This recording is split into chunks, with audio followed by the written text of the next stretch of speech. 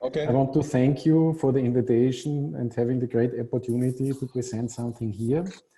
I think my contribution is quite contrary to the rest, because we with our system go into the qualification of, let's say, components or devices which are within the grid as single components, and we do impedance spectroscopy with it, or better said, lots of our customers do it to make exactly this. I start from a little bit different point. I do not go so much to the high frequency area, but this everybody knows. I think what I speak now is common knowledge. In these, let's say, renewable energy grid systems, you have more and more and more active components. It starts with the small power supplies, which are for computers, and meanwhile having lots of PV in houses, wind turbines, whatever, and more power electronics components go into such systems. And what we see, and what we have daily also in our customer service, we see that these components have interaction against each other. Sometimes it is that strong that you even do not speak about a bad quality of a power grid, but the signals really go bad, and the signals on the grid don't look as grid signals anymore. And there's an interesting example. Once I was exactly on a train in Switzerland, where we participated at impedance tests for electro locomotives, and we got stuck exactly out there on the field between different railway stations.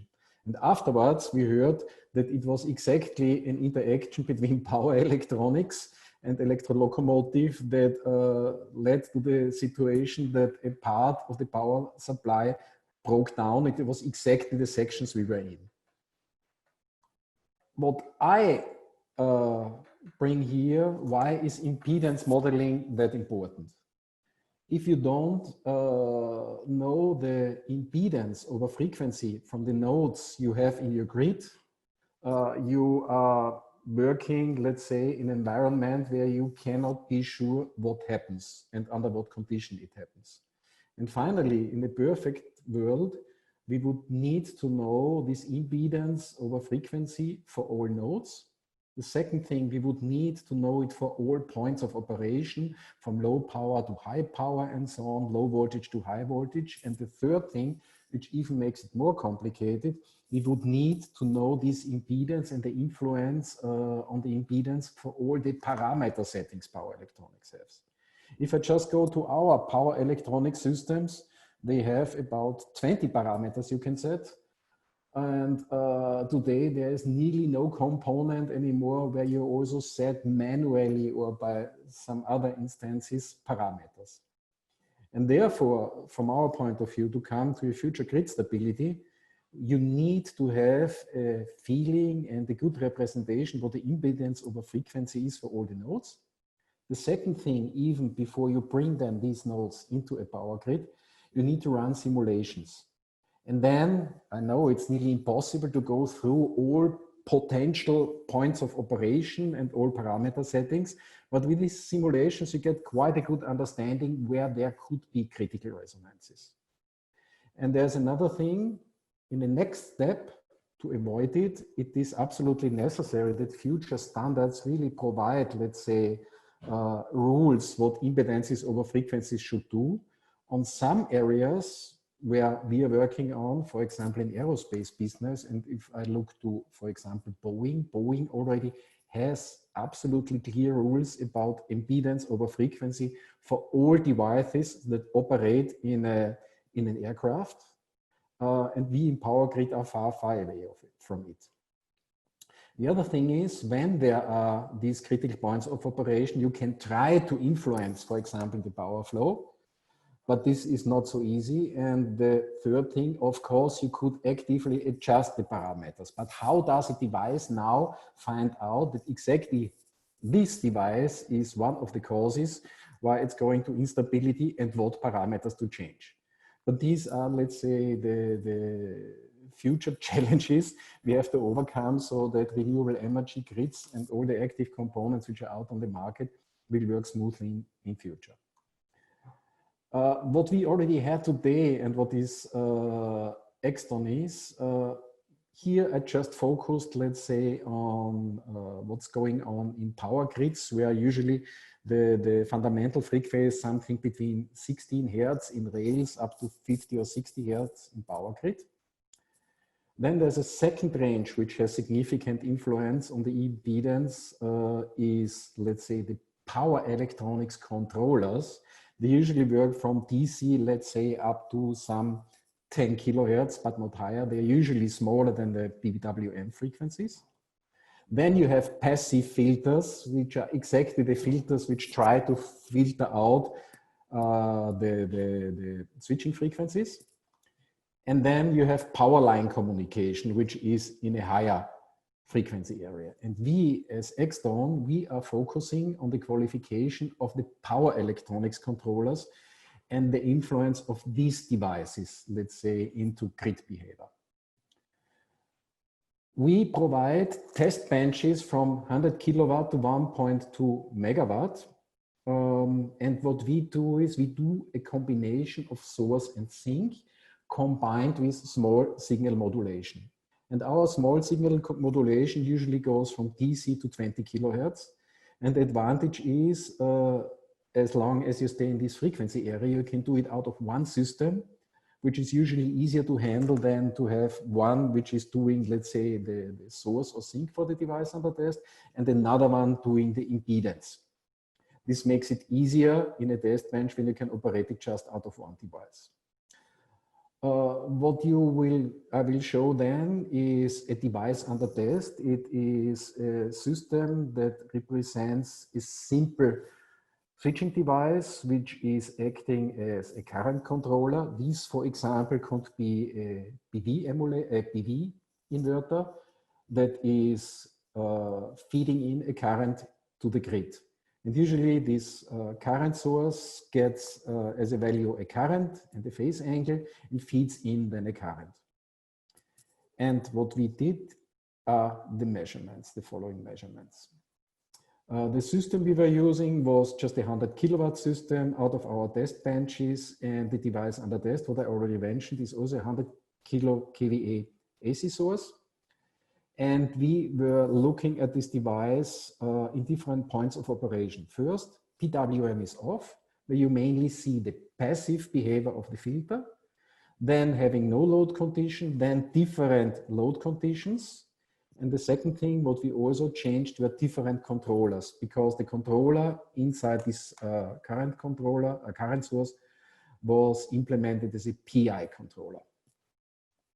So what you can see here in this sketch now is the orange curve, and the orange curve is representing just, let's say, the output filter of this inverter without any PWM on. And what you mainly see here is a capacitive behavior. In the second step, if you look then to the blue curve, we did nothing, but we switched on the PWM and we're setting the current to 0 amp. And what you can see, this current source works quite properly up to a frequency of about 1 kilohertz. When it's going higher, the PI controller has problems to follow the signal, and this you see by the impact on the phase angle and also on the steepness of the set plot. The third curve you see here, can you see my mouse? Let's just go to laser pointer.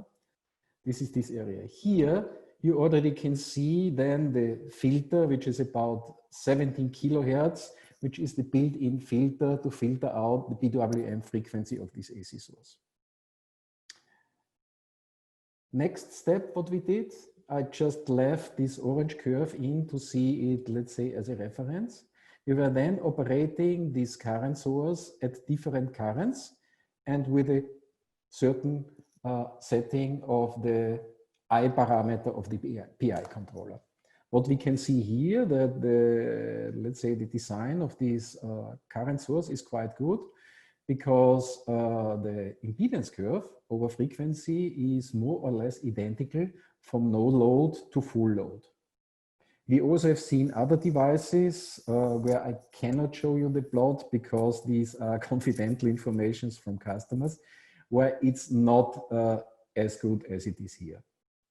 The second thing what we did is then having the same test, but at other controller parameters. Once again, at one controller parameter setting, the device behaves identical, independent what the current is. But if you look now to the next plot we have here, the green curve and the blue curve, you see that the I parameter of the controller, of the PI controller, is changed.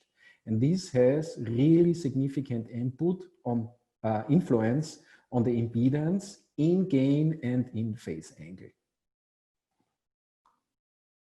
Same, of course, at different current values. And what we did then, in this plot, for example, we were then changing this feed forward parameter, disturbance feed forward.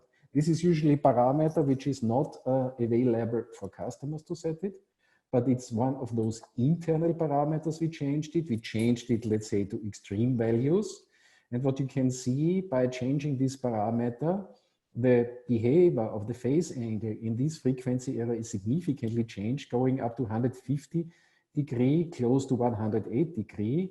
And we just did it at 0 volt because we wanted to show an extreme example, because if we would have switched on the device then with real current, this immediately would go into resonance with full power. So the summary out of this is for grid stability, it is absolutely required that you know what the impedance over frequency is. And the tricky thing is that this impedance significantly can change over point of operations and even more due to controller parameter sets. The recommendation for the future and also for the standards is that for the future it would be the best if we have clear rules, also let's say defined in standards, what impedance over frequency should be. There's another thing, also manufacturers, it should be mandatory that they are providing these plots. In some cases, I already know about operators of wind parks where it's a prerequisite that the manufacturers provide these plots, otherwise they are not allowed to bid for those parks because they have really bad experience about this interference out of the past. And another thing, it would also be good if we have these standardized impedance plots and if the simulation tool manufacturers would provide modules that make it easy to implement these plots, to have it standardized for simulations. And if we look to other industries like aerospace, there these impedance rules are already mandatory and part of internal and companies standards. And if I look to Schweizer Bundesbahn, SBB, there every electro locomotive must pass an impedance test over frequency before it's allowed to go into operation. And they're even more strict. There, if a firmware is changed at an existing locomotive, it has to go for requalification again, because they want to see if this firmware has influence on this impedance. And in this industry, we can see what would be required for future, for example, in power grid, to get rid of a lot of problems there also. The only thing what I show there is, let's say, the setup, how we do it. We have amplifier systems, and these impedance systems or impedance measurements are usually implemented on the hills, in the hill systems from our customers, or we also have meanwhile applications where we can do it. The systems were recorded with our oscilloscope that is implemented in the in the product portfolio, and the external measurements were not made within the amplifier, but outside, really at the device under test, to measure at the point of interest. We were measuring exactly with such a 100 kilowatt system, you can see here. And for example, Fraunhofer Institute in Freiburg and Breisgau already does these impedance plots also for customers as part of standards qualification with such a system with a megawatt system. Okay, so thank you everybody. I wanted to make it short because I'm the last one. I'm the last one.